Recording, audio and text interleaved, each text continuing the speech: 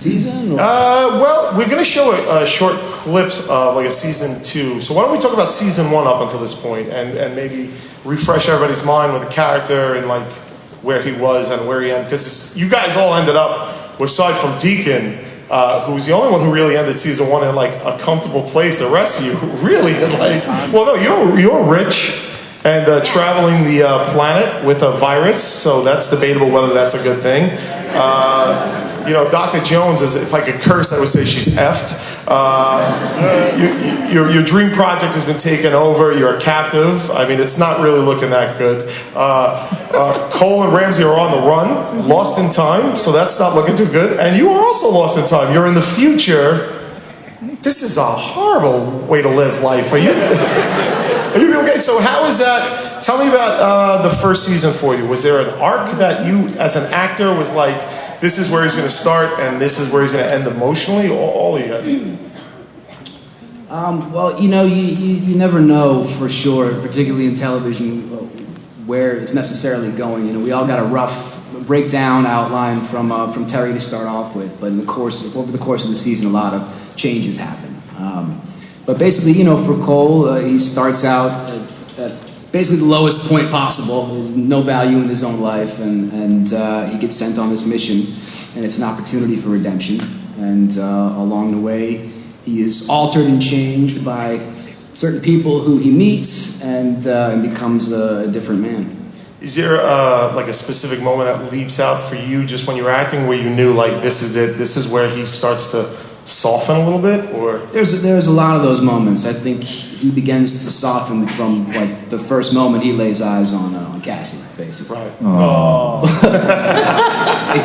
And obviously it gets deeper and deeper as time goes on. Right. And Amanda, how was that journey for you versus your characters? For me versus my character? Yeah. Between the two? Because she's almost the opposite. Yeah, I think that he and I... Am I really loud? I think... it's really close, right? Yeah, they are.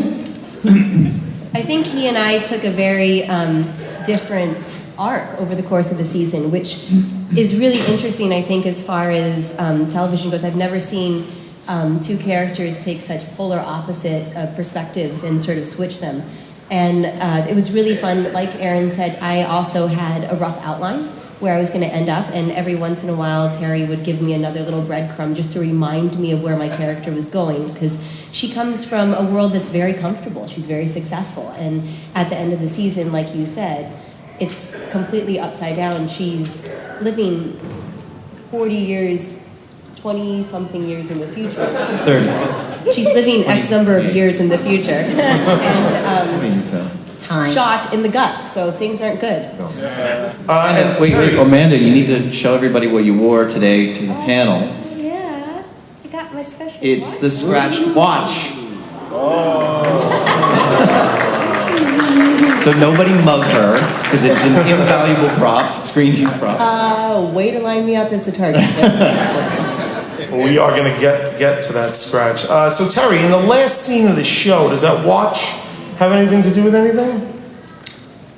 The watch, will you see the watch again in the final season? Well, that would mean somebody survives, somebody doesn't, so I can't actually... I'm not going to get anything out of you. But the watch is always symbolizes kind of the mark he left on her life and vice versa, so the watch will always play a part of the show. You're not going to give it to me, are you? I'm not going to give it later, man. Maybe later. I'll get you a few drinks here. Okay. Kurt, has like Randy is in a lot of like he starts out, especially with the flashbacks, as like a really good guy. But would you say he takes a villainous turn, or not from his own point of view, the viewer at home, like, or is it just like he's saving his son and that's all that matters? You know, for those who have children, they understand, you know, what he has to do. Did you hear what I mean? It's no.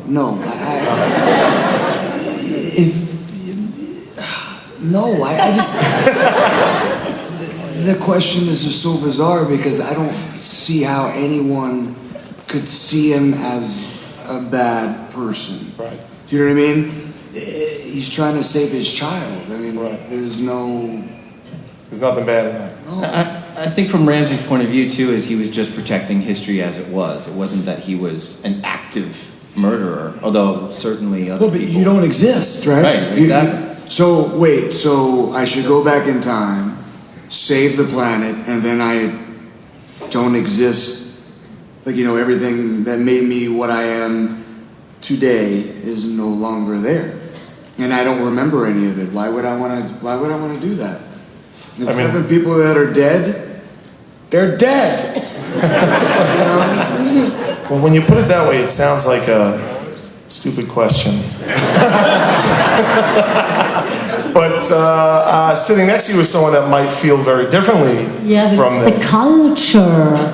So by that answer, Dead. Is Dr. Jones a bad guy?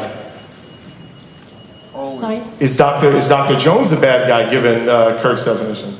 Oh, she is so complex. She's good and she's bad and she's German. Yes. You just described my dream woman, by the way, so that's what my grinder thing says. She feels superior to everybody and a bit anorexic in the humor department. So It's good. Emily, what is going on in that head? Like, what this is a character who I mean, is she ever going to be portrayed as a sane person on this show? Or do you think that she is sane? Well, I mean, that seems to imply with the question that she isn't sane. That's weird. Anyways. The main thing is, I don't understand how you guys were saying you got breadcrumbs from Terry, like he told you things about your character before. I got nothing. You didn't need any help. No, but I really thought that I was signing up to be, in a mental patient in my pajamas, and then this is really rude. He just vanished. He splintered. My fly was down. What's going on here? I had to run out and sell it. No, what they wanted to tell me was, well, I just want to run through this, and then we're going to show you a video that's a preview of season 2. You know what's really funny? He's in season 2. Oh, that's a spoiler.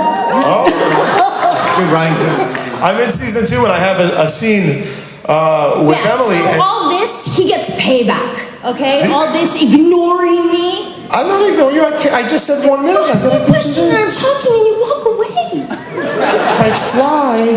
No, I had a strange man yelling at me, telling me you're doing a horrible job. You suck. Get out there and do better. Well, And that's the pep talk that I just got. Hey, well, you should listen to him. Show the thing. Show the thing. My scene was across Emily, and by the way, this is how she supported me on set too. She's like, you're really screwing up this show. I was like, do it like that? Before we get to the video, Deacon is a full-timer on this season, right? He got promoted to full, and that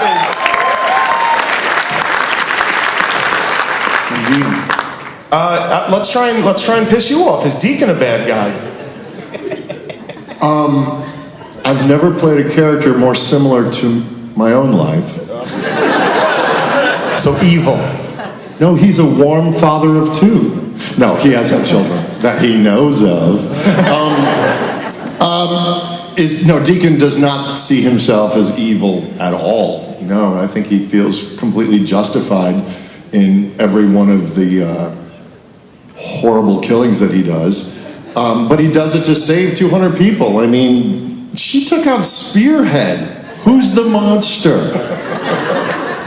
So I think just because he gets a real kick out of killing people, he only kills the people he has to and or wants to.